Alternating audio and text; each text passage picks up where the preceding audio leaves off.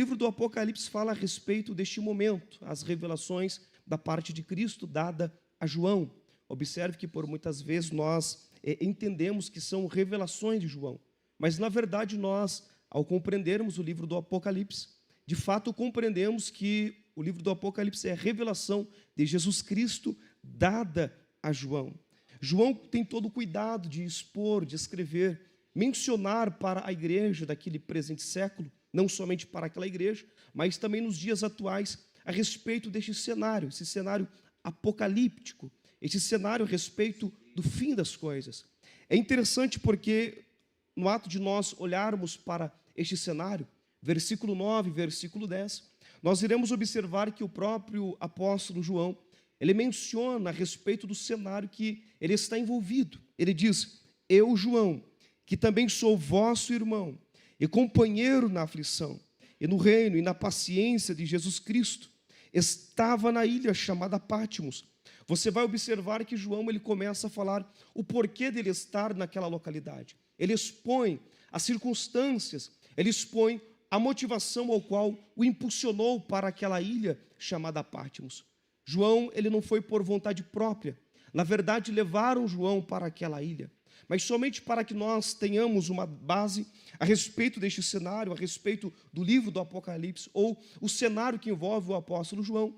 Os irmãos são sabedores que João, o amigo íntimo, ou melhor, o apóstolo amado que teve o privilégio de reinclinar a sua cabeça no peito de Jesus, naquele momento da ceia, momentos antes de Jesus ir em direção ao Calvário.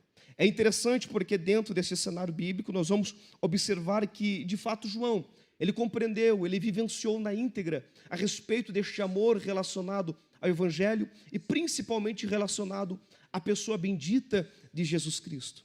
É interessante porque neste momento da história, entre o ano 81 a 96 depois de Cristo, nós iremos observar que se levanta um imperador chamado Domiciano.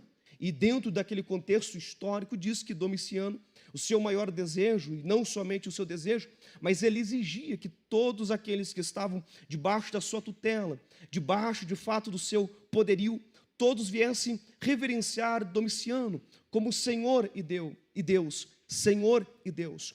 Observe que o desejo principal de Domiciano de fato era que todos se encurvassem diante dele e reverenciassem ele como Senhor e Deus.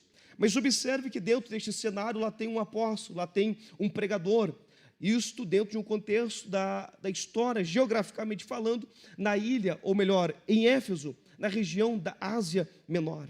É interessante porque neste cenário João, ele está pregando na região de Éfeso, e João não é somente o pastor da região de Éfeso, mas é pastor também nas regiões circunvizinhas. Naquela época, João era uma espécie de um pastor distrital, ou um pastor setorial, ou como você preferir, um pastor regional. João pastoreava a região de Éfeso e também as regiões próximas. E é interessante porque a mensagem de João, a mensagem é central, a mensagem é a respeito de Jesus Cristo. João não muda o cerne da sua mensagem, ele não muda o estilo da sua mensagem, ele está pregando acerca de Jesus Cristo, ele está pregando acerca daquele que morreu, mas ao terceiro dia ressuscitou e continua vivo pelos séculos dos séculos, bendito seja o nome do Senhor. A pregação está sendo ecoada nos quatro cantos da região de Éfeso e nas regiões circunvizinhas. Mas o que me chama a atenção dentro deste cenário bíblico é que enquanto João está pregando acerca de um outro Senhor, acerca de um outro Deus, que nós sabemos que é o Senhor Jesus Cristo, não o imperador daquela época, levanta-se conspiradores, e eles vão apresentar diante do imperador Domiciano a respeito de João, dizendo: olha, João está pregando acerca de um outro Senhor, acerca de um outro Deus, acerca de um outro Senhor.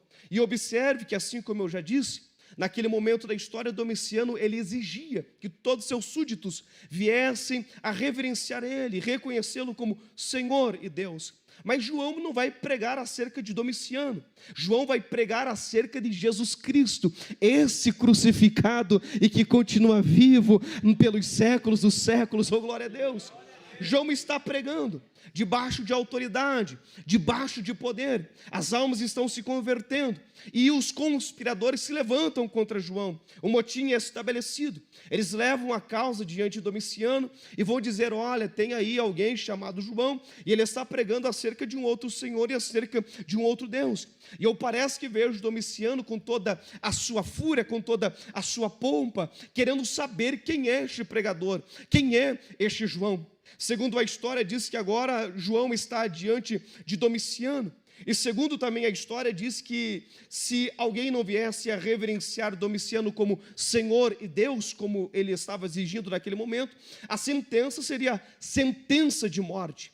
Segundo a história, ou segundo a tradição dos pais da igreja, não, a Bíblia não diz isso, mas segundo a tradição dos pais da igreja, chega a dizer que naquele momento, a sentença para João, pelo fato dele não reconhecer Domiciano como Senhor e Deus, a sentença é uma sentença de morte. Não somente isso, é um cenário de horror, é um cenário horripilante, porque João ele vai ser lançado dentro de um tacho de azeite fervente. É a sentença de morte para João, é a sentença de morte para o pregador.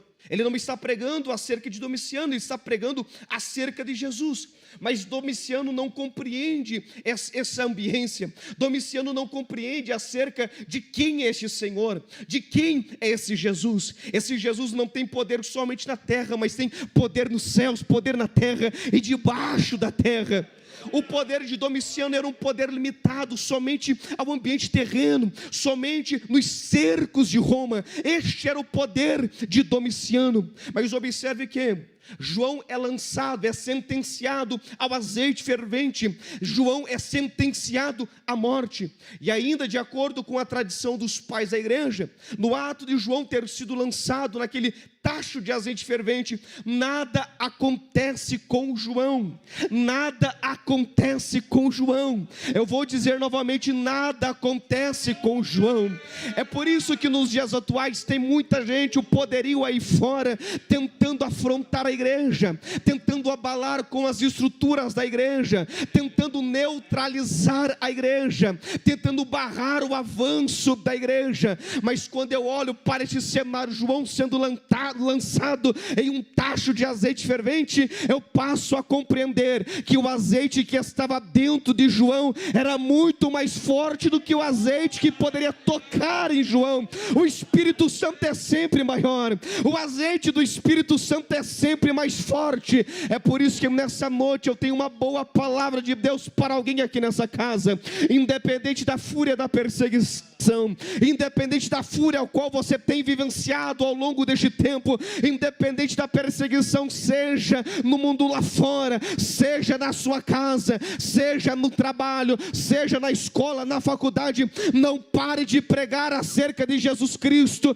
porque o azeite que está dentro de você é muito mais forte, é muito mais poderoso. É Ele que te mantém em pé na sua caminhada. Glória a Deus, oh aleluia. Nada acontece com João. João não vai sucumbir diante daquele azeite fervente. E eu parece que vejo diante dos malfeitores, diante dos seus carrascos, todos atônitos, aguardando e esperando que de fato João viesse a sucumbir, que João viesse a morrer. Mas nada acontece com João. Bendito seja o nome do Senhor Jesus Cristo. E é interessante, porque o próprio João, ele chega a dizer, ele diz, Apocalipse capítulo 1, versículo 9, e ele fala a respeito de toda a motivação que cercava ele naquele momento de adversidades. E ele diz, olha, após este cenário, eu, João, que também sou vosso irmão e companheiro na aflição, ele diz, e no reino e na paciência de Jesus Cristo, estava na ilha chamada Patmos. Você vai observar que, cronologicamente falando, após este cenário dito pelos pais da igreja, após João ter sido lançado no tacho de azeite fervente, nada ter acontecido, João agora é enviado para uma ilha chamada Patmos. É João que está afirmando, agora ele diz, olha, eu, João, fui enviado, ou seja, eu estava na ilha chamada Patmos. E o que me marca o meu coração, a minha mente nessa noite, a pregação nessa noite, é que neste versículo 9, João ele afirma o porquê ele foi enviado para essa ilha. Ele diz: por causa da palavra de Deus. Eu gostei deste aleluia, eu gostei deste glória a Deus. Estava na ilha chamada Pátimos, por causa da palavra de Deus e pelo testemunho de Jesus Cristo. Eu vou dizer novamente, é um culto de evangelismo, com intuito, um sentimento de evangelização. Estava na ilha chamada Pátimos, por causa da palavra de Deus e pelo testemunho de Jesus Cristo. Eu sei que ao longo da sua caminhada muitos foram os revés que você passou, tão somente por você se posicionar como um crente, se posicionar como um cristão. João, ele está vivenciando momentos de adversidades na sua vida e na sua caminhada. Tudo isso por causa da palavra de Deus e pelo testemunho de Jesus Cristo. Eu sei que os dias dos quais nós estamos atravessando são dias terribilíssimos, são dias conturbados, são dias complicados.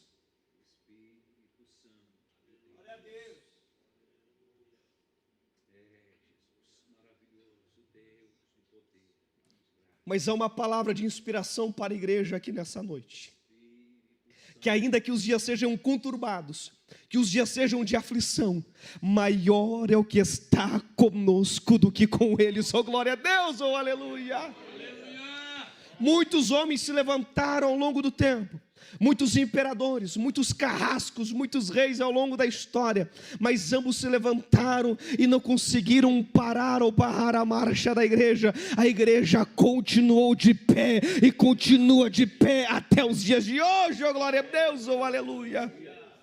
O que João está dizendo, olha, por causa da palavra de Deus e por causa do testemunho de Jesus Cristo, eu sofri perseguições, eu sofri afrontas, eu fui lançado em um tacho de azeite fervente. Desejaram a minha morte, desejaram com todas as suas forças que silenciasse, que eu parasse a minha pregação, que eu parasse a marcha, mas eu não parei mesmo diante das circunstâncias contrárias. É por isso que nessa noite é uma palavra de Deus para a igreja: não pare, não pare, não pare a sua marcha, não pare a pregação, continue pregando, continue falando acerca de Cristo, acerca da palavra e acerca do testemunho de Jesus Cristo. Oh, glória a Deus, oh, aleluia. E eu parece que vejo diante daquele cenário de caos estabelecido na vida de João. É o mesmo cenário também, e podemos comparar como Atos capítulo 17, quando o apóstolo Paulo também enfrentou algo semelhante. Ele chega na ilha, ou melhor, chega em Tessalônica, e ele prega pelo menos por 3 sábados em Tessalônica, dentro de uma sinagoga. E no ato de estar pregando, a Bíblia diz agora que pelo fato da pregação acerca de Jesus Cristo, muitas pessoas se converteram, vários gregos, vários judeus, mulheres distintas, reconhecendo Jesus como Senhor e Salvador. Mas o texto também diz que enquanto está sendo pregado naquela região, está sendo manifestado a glória de Deus, os judeus perversos se levantam em oposição ao pregador e à palavra ao qual o pregador está pregando, a ponto que também o texto diz que agora eles vão alvoroçar aquela cidade, vão incitar uma multidão de homens perversos contra o pregador, contra a palavra, a ponto que eles vão adentrar a casa de um homem, de um moço, de um discípulo chamado Jasão, e a sentença que eles vão liberar naquele momento é: estes que têm alvoroçado o mundo chegaram também aqui. Observe que essa palavra alvoroçar, dentro de um contexto, fala a respeito de tumultuar toda aquela cidade, colocar as coisas de cabeça para baixo e perturbar a paz naquele ambiente. Mas observe que quem está pregando, ele não perturba. Quem está pregando, na verdade, coloca as coisas em ordem. Quem está pregando estabelece o reino onde está sendo ministrado a palavra de Deus. Oh, glória a Deus, oh, aleluia. E a sentença para aqueles homens, para aqueles discípulos, para Paulo e toda aquela comitiva era: Estes que têm alvoroçado o mundo chegaram também aqui. Mais à frente, ainda no capítulo 17, a Bíblia diz que eles olham diante dos maiorais daquela cidade e dizem: olha, eles estão pregando acerca de um outro Senhor, acerca de um outro rei, porque naquele momento da história o único rei, o único Senhor era instituído ou era estabelecido, era somente o César daquela época. Eles queriam com todas as suas forças que a mensagem fosse parada, que os pregadores parassem de pregar. É por isso que quando eu olho para a história, muitos homens se levantaram, muitos homens perversos, muitos homens tentaram parar a marcha da igreja, mas nenhum teve êxito. E nessa noite há uma palavra ao coração da igreja: não será neste tempo que os governantes irão parar com a nossa marcha. Nós continuamos e continuaremos levantando a bandeira do evangelho e dizendo: o Senhor está vivo, o Senhor está vivo, o Senhor está vivo pelos séculos dos séculos. Oh, glória a Deus, eu sinto a presença dele aqui nessa casa. Oh, glória a Deus, oh, aleluia. Toda vez que Satanás pensou que tinha neutralizado as bases da igreja, toda vez que Satanás pensou que tinha parado com o avançar da igreja, toda vez ele sofreu o revés, porque a igreja continuou avançando, a igreja não parou. Olha só o texto bíblico, Apocalipse capítulo 1, versículo de número 10.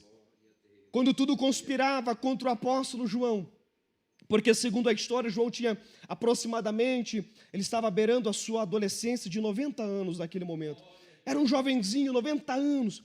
E eu parece que vejo alguém olhando para João e dizendo: olha, João, agora acabou a tua história, não tem mais jeito algum, não há mais solução, não há mais luz no fim do túnel, porque você já foi lançado na ilha chamada Patmos. E segundo a história diz que a ilha chamada Patmos era uma ilha rochosa, era uma ilha que nada produzia, era uma ilha escura. Ou seja, para João era o fim da sua história, era o fim da sua trajetória.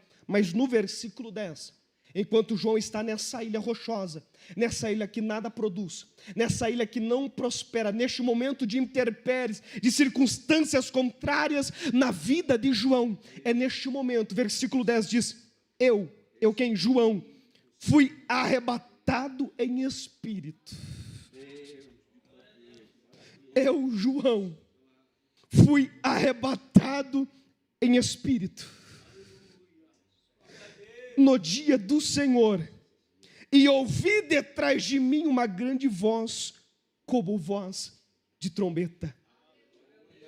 Se Satanás pensava que tinha acabado com a história de João, que tinha acabado com a trajetória de João, o próprio João escreve dizendo que neste momento de dores da sua vida, da sua caminhada, porque a história poderia ter acabado ali no versículo 9, mas no versículo 10, João diz: eu fui arrebatado em espírito. Ou seja, quando todas as portas da terra se fecharam para João, abriu-se uma janela nos céus, e o próprio Deus se manifestou ao apóstolo João. Oh, glória a Deus, oh, aleluia. Eu vou melhorar essa palavra. Quando você pensar que é o fim da sua história, quando você pensar que é o fim da sua trajetória, quando você pensar que acabou, que não há mais promessas de Deus, que não há mais projetos de Deus, que a sua história não terá uma continuidade, Deus diz para ti, assim como foi para João, Ele abriu o céu sobre a cabeça de João e entregou as revelações para João. Oh, glória a Deus, oh, aleluia. Eu sinto a presença de Deus aqui nessa noite. Eu sinto a presença de Deus aqui nessa casa. Tem gente aqui que já pensou que a sua história tinha acabado, independente das suas forças, independente das suas limitações. Você tinha pensado que já tinha chegado no seu ápice, que a partir daí não havia mais uma oportunidade, que não havia mais uma esperança, que você já tinha terminado a sua carreira. Mas Deus diz: independente da idade, independente das limitações, independente da situação adversa, haverá uma manifestação da parte de Deus sobre a sua história, sobre a sua vida. Oh, glória a Deus, oh, aleluia. Isso me faz lembrar de alguém, profeta chamado Ezequiel. Após Ezequiel ter sido arrancado também da sua pátria, da sua cidade, o sonho de Ezequiel era de fato ser um sacerdote em Jerusalém. Mas você vai observar que Ezequiel é arrancado com a idade de 25 anos da sua pátria, da sua casa, e levado cativo para a Babilônia. E é interessante esse cenário, porque 5 anos haviam se passado na história. 5 anos haviam se passado na história de Ezequiel. E segundo o texto, ou os textos de Levítico, diz que o sacerdote, ele seria de forma oficial, trabalharia de forma oficial com a idade exatamente de 30 anos dentro do templo.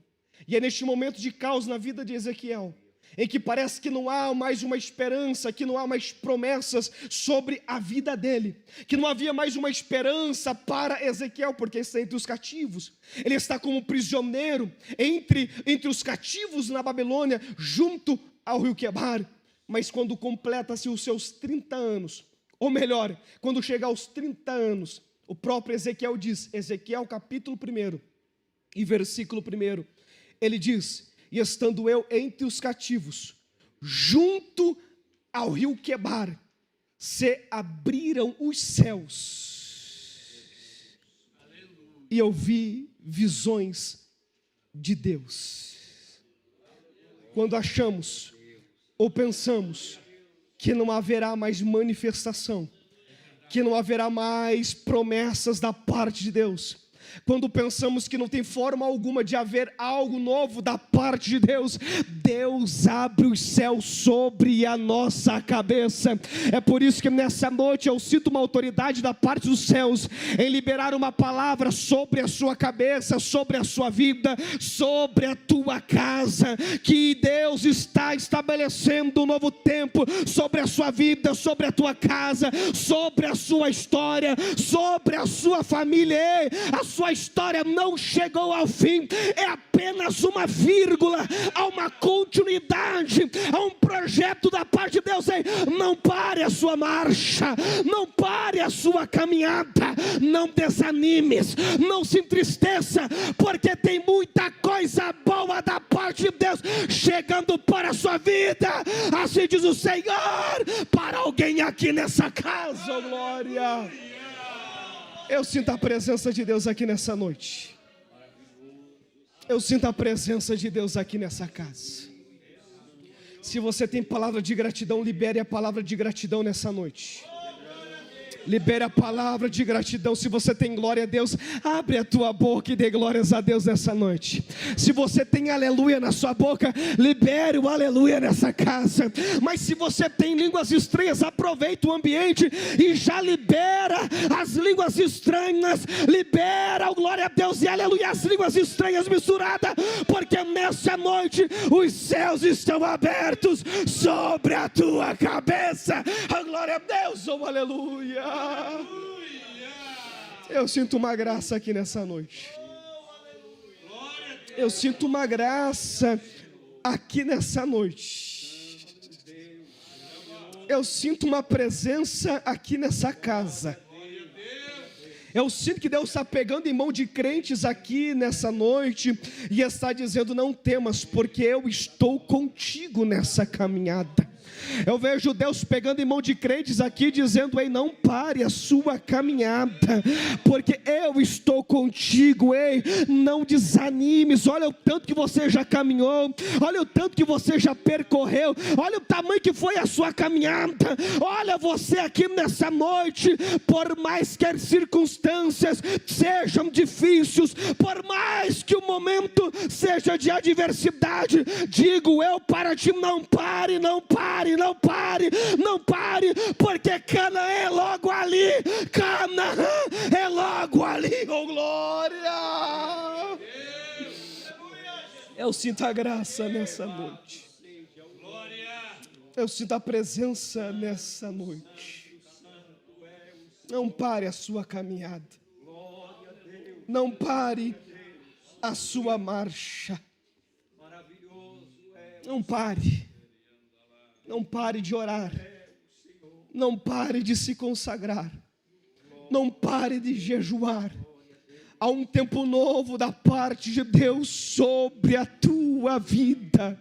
O que o texto está dizendo é que no maior momento de adversidade da vida de João, no maior momento de adversidade na vida também de Ezequiel, Deus fez com que eles parassem de olhar para a horizontal e olhassem para a vertical. Se nós olharmos para a horizontal, só iremos ver caos estabelecido, mas se nós olharmos para a vertical, olharmos para os céus, veremos Deus assentado no alto e sublime trono, como disse Isaías, Ele está sentado sobre um alto e sublime trono, glória a Deus.